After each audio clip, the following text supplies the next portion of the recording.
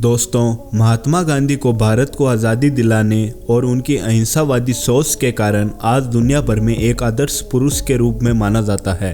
पर आपको जानकर हैरत होगी कि गांधी जी से जुड़ा एक ऐसा पहलू भी है जिसका जिक्र इतिहास के पन्नों में तो बखूबी किया गया है, लेकिन उसके बारे में कोई बात तक नहीं करना चाहता। गांधी जी के जीवन का यह पहलू है उनके द्वारा आश्रम में महिलाओं पर किए गए अश्लील प्रयोग।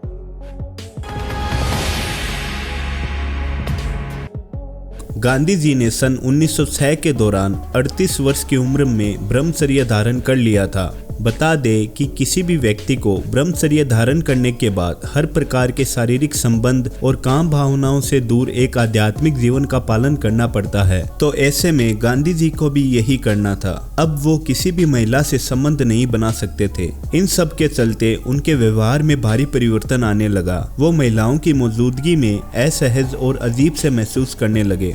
अपने व्यवहार में आए परिवर्तन को दूर करने के नाम पर गांधी जी ने महिलाओं पर अश्लील प्रयोग करने शुरू किए। वो नग्न महिलाओं से अपने शरीर पर मालिश करवाते और उन्हीं के साथ पूरी रात नग्न होकर सोते। आश्रम की उन महिलाओं में उनकी पौत्र भतीजी मनुबेन भी शामिल थी।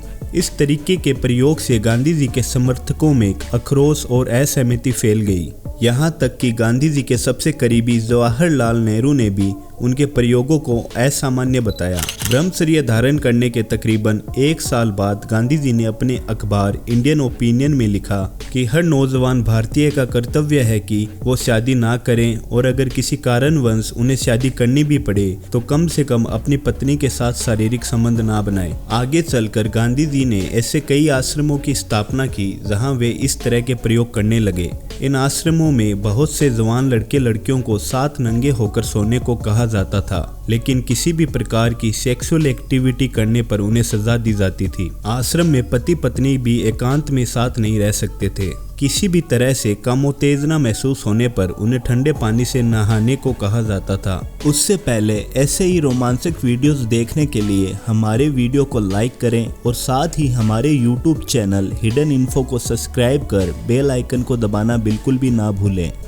ये सब देखकर गांधी जी के सेक्रेटरी निर्मल कुमार बोस ने उन्हें समझाया कि जब तक जनता आपकी इस नई विचारधारा को समझ नहीं लेती तब तक आपको अपनी पौत्री भतीजी मनुबेन के साथ बिस्तर साझा नहीं करना चाहिए, वरना जनता आपको गलत समझेगी। वल्लभ भाई पटेल ने गांधी जी को मुंह पर कह डाला कि आप जो कर रहे हैं वो अधर्म है। इसके जवाब में गांधी जी ने कहा कि मनु के साथ सोना मेरे लिए अधर्म नहीं बल्कि दैनिक कर्तव्य है। दोस्तों, गांधी जी के इन प्रयोगों को अगर किसी ने सबसे करीब से देखा तो वो शख्स था R.P. परशुराम। R.P. परशुराम केरला का एक स्टूडेंट था जिसने 2 वर्ष तक टाइपिस्ट और गांधी जी के पर्सनल सेक्रेटरी के रूप में आश्रम में काम किया था। परशुराम उस दौर में उन हजारों युवाओं में से एक था जो गांधी जी को अपना आदर्श मानते थे। गांधी जी के प्रति इसी सम्मान के चलते वो आश्रम में काम करने आया था और सिर्फ 2 वर्षों में ही उसने अपनी नौकरी छोड़ दी। नौकरी छोड़ते वक्त उसने खत में गांधी जी के व्यवहार और आश्रम में हो रहे अश्लील प्रयोगों से हो रही परेशानी के बारे में लिखा। उसने लिखा कि आप हमारे राष्ट्रीय पिता हैं। मैं आपके कार्यों से हमेशा प्रभावित रहा हूँ। जब मैं पहली बार टाइपराइटर बनकर आश्रम में आया तब मेरे मन में आपके लिए और आश्रम वासियों के लिए बेहद सम्मान था, पर आश्रम में पहले 24 घंटे बिताने के बाद ही मैंने आपके प्रति सम्मान का एक बड़ा हिस्सा खो दिया। आपके महिलाओं के साथ निवस्त्र सोने और नहाने के मैं सख्त खिलाफ हूँ। मैं खिलाफ हूँ इस बात के लिए कि आप इन युवाओं को अपने इस तरह के प्रयोग के लिए इस्तेमाल करते हैं बिना ये सोचे कि उनको कैसा महसूस होता होगा।